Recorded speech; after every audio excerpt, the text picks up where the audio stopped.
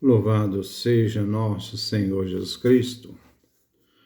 Nós vamos dar continuidade à nossa história da igreja, enquanto 22. Estamos vendo o fundamento da pregação de Jesus.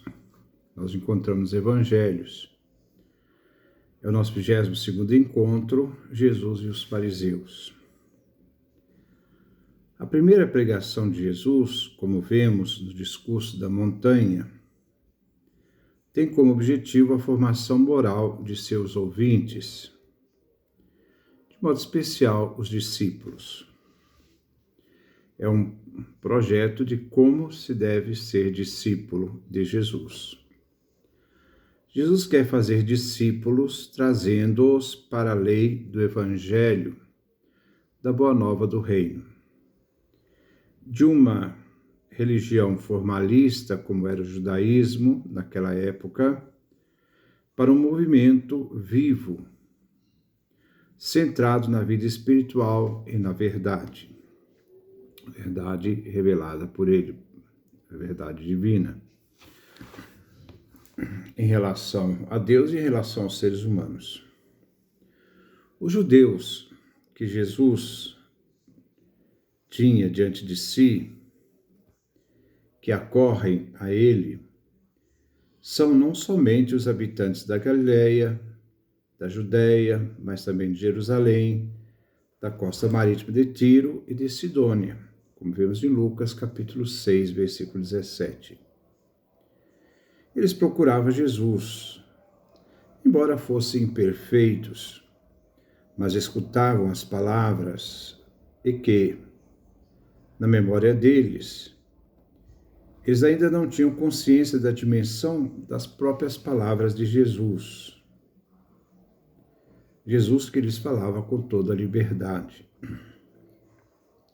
Então, desde este momento, os fariseus ficam alarmados. Eles seguem Jesus a fim de vigiá-lo e, com o tempo, procuram fazer armadilhas a fim de pegar o próprio Senhor. Esta oposição vem descrita de forma especial por São Marcos e o próprio São Lucas, numa hostilidade cada vez mais crescente. Podemos ver todo o capítulo 2 do Evangelho de São Marcos, como também o capítulo 3 do Evangelho de Marcos, do versículo de 1 a 6. Os escribas, sentados na primeira fila diante de Jesus, numa casa cheia de gente, se escandalizam da palavra de Jesus dita ao paralítico: Filho, teus pecados estão perdoados. Os escribas se revoltam com o que Jesus diz, mas se calam. Depois encontramos o chamado do publicano Levi, e Jesus se senta à mesa em sua casa. Levi tinha convidado numerosos amigos. Os escribas e fariseus entram em cena, não ousando questionar diretamente Jesus, mas questionando os discípulos acerca do comportamento do mestre, dizendo: Por que vosso mestre come com publicanos e pecadores? Jesus ouve e lhes responde: Não são sãos que precisam de médico, mas os enfermos. Não vim chamar os justos, mas os pecadores. Marcos capítulo 2, versículo 16 e 17. Depois os discípulos de João Batista e os fariseus que jejuavam perguntam a Jesus: Por que teus discípulos não jejuam? E Jesus responde: Podem os amigos do esposo jejuar enquanto o esposo está com eles? Tempo virá em que o esposo lhe será tirado, então jejuarão. Marcos capítulo 2, versículo 18 a 20. Vemos também a cena de Jesus que atravessava em dia de sábado num campo de trigo. E os discípulos pegavam espigas e as comiam. Os fariseus murmuravam porque, segundo a lei, era proibido recolher grãos no dia de sábado. E não toleravam que no dia de sábado se tirasse um ramo que seja, nenhuma folha, nem fruto. Encontramos essa proibição na obra de Fílon de Alexandria, a obra chamada Vida de Moisés, no livro 2, capítulo 4. Não se reprovava aos discípulos que houvessem tirado espigas, em campo alheio, visto que no Oriente se autorizava aqueles que andavam pelos caminhos de colher espigas ou qualquer fruto. Jesus se opõe a esta proibição e afirma: o sábado foi feito para o homem, não o homem para o sábado. E acrescentou: o Filho do Homem é Senhor do sábado. Marcos capítulo 2, versículo 23 a 29. No dia de sábado, enquanto Jesus estava na sinagoga, ele viu um homem de mão ressequida. Os escribas e fariseus que estavam presentes observavam Jesus, Marcos capítulo 3, versículo de 1 a 6, para ver se ele violaria o sábado. Jesus diz ao enfermo: levanta-te, vem para o meio. E volta aos fariseus e diz: é lícito fazer o bem ou o mal no dia de sábado, salvar uma vida ou matá-la? Mas os fariseus e escribas ficavam calados. Então Jesus lhes olha com tristeza e ira diante da cegueira deles e dirige ao homem enfermo, dizendo: estende a mão. O homem, estendendo a mão, a sua mão ficou curada.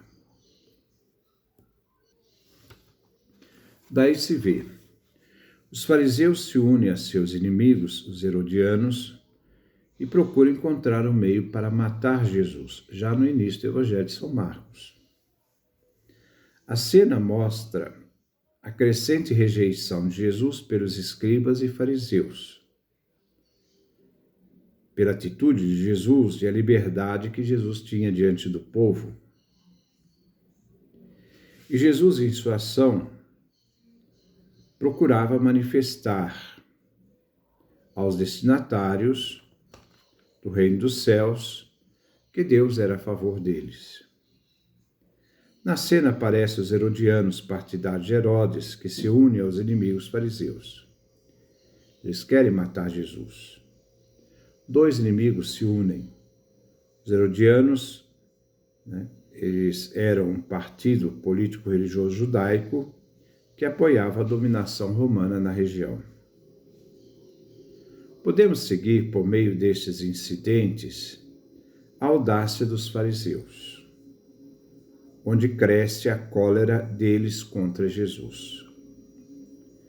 A cura dos enfermos faz com que eles se enfureçam. Os milagres se realizam por meio de uma simples palavra, sem que Jesus tivesse uma preocupação pela atitude dos seus adversários, onde nem mesmo a violação do sábado preocupava Jesus. Os inimigos de Jesus agem de forma violenta e, por meio de um crescente conflito, irão procurar meios para pegar Jesus e, por fim, eliminá-lo. Existe um ódio crescente com as ações de Jesus, esse ódio que ficara cada vez mais acirrado, onde as autoridades centrais de Jerusalém, isto é, da Judéia, de Jerusalém, serão mais acirradas do que aqueles da Galileia. Também entre os mais moderados apareciam certas resistências a Jesus. Quando Jesus retorna a Cafarnaum, ele vem circundado pela multidão, a ponto de não poder nem se alimentar. Seus familiares, ao tomar consciência da situação, foram encontrá-lo e mandaram chamá-lo. visto que estava totalmente cercado pelo povo, esse povo que estava reunido em torno dele. Eles ouviram dizer que Jesus estava fora de si. Os irmãos de Jesus. Aqueles que os evangelhos chamam de irmãos não são filhos de Maria, que permanece virgem depois da concepção de Jesus. Lucas capítulo 1, versículo 34. Nem mesmo eram filhos de José. Em toda a narrativa da infância de Jesus, encontramos referências aos irmãos de Jesus. Os irmãos de Jesus são primos. A família naquele tempo era patriarcal e os membros todos de uma família se tornavam irmãos. Jesus é da família de Judá, da tribo de Judá. Existem alguns que vêm nomeados irmãos de Jesus, como Tiago e José.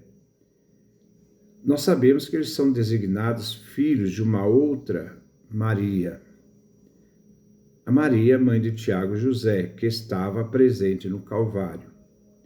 Mateus capítulo 28, versículo 56, Marcos capítulo 15, versículo 40. Os irmãos de Jesus se aproximaram na casa onde Jesus estava. Marcos capítulo 3, versículo 20 a 21 e versículo 31 a 35. A multidão que veio da Galiléia, Judéia, Jerusalém, da Idumeia, Transjordânia, do Tiro e Sidônia, desejavam de ver Jesus para tocá-lo. Marcos capítulo 3, versículos 7 a 8. Fazendo com que o próprio Jesus tivesse que subir numa barca. Marcos capítulo 3, versículo 9. Dentre a multidão, nós encontramos os inimigos de Jesus, como os escribas que vieram de Jerusalém, e andavam dizendo: Jesus era um louco, que expulsa demônios por meio de Beelzebul, o príncipe dos demônios. Esta calúnia odiosa vem repetida com tanta insistência que Jesus se vê obrigado a rejeitá-la. Como pode Satanás expulsar Satanás? Marcos capítulo 3, versículo 23 a 26. Os escribas nada responderam, mas ficaram mais obstinados em combater Jesus. Mais tarde, em Jerusalém, os judeus que sofriam a influência dos fariseus procuravam ver Jesus como um louco. João capítulo 7, versículo 20. A multidão responde a Jesus: estás louco. Quem é que está querendo te matar? E as autoridades dos judeus disseram: não temos razão de dizer que és um samaritano e que estás louco? Jesus respondeu: eu não estou louco. João capítulo 8, versículo 48, 49.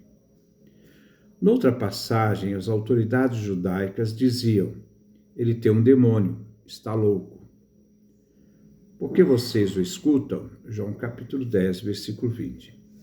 Eles faziam de tudo para desacreditar a autoridade de Jesus, quando chamavam Jesus de louco. Ou então, quando faziam de tudo para desacreditar tudo aquilo que Jesus fazia, como expulsar os demônios. O que as autoridades diziam, aquilo que ela dizia, era um pecado contra o Espírito. Eles reconheciam em Jesus um poder sobrenatural e podiam constatar que este poder destruía e expulsava Satanás. E mesmo assim se obstinavam e atribuíam a Satanás o que Jesus fazia, a fim de desacreditar Jesus e sua obra. Diante disso, Jesus dizia: em verdade vos digo que serão perdoados aos filhos dos homens todos os pecados e qualquer blasfêmia que tiverem dito. Mas quem blasfemar contra o Espírito Santo nunca será perdoado, pois a culpa desse pecado dura para sempre. Marcos capítulo 3, versículo 28 a 29. Daí podemos ver que Jesus teve rejeição tanto, né, na sua mensagem, na sua obra e sua pessoa. As autoridades se percebiam ameaçadas em seu poder e privilégios. O apego ao poder gera violência, desrespeito e até a morte. O anúncio do reino implicava conversão e um poder que serve, e não um poder que manda e persegue. Depois nós vamos dar continuidade. Que Deus nos dê a sua graça, a sua bênção, a sua face resplandeça sobre nós.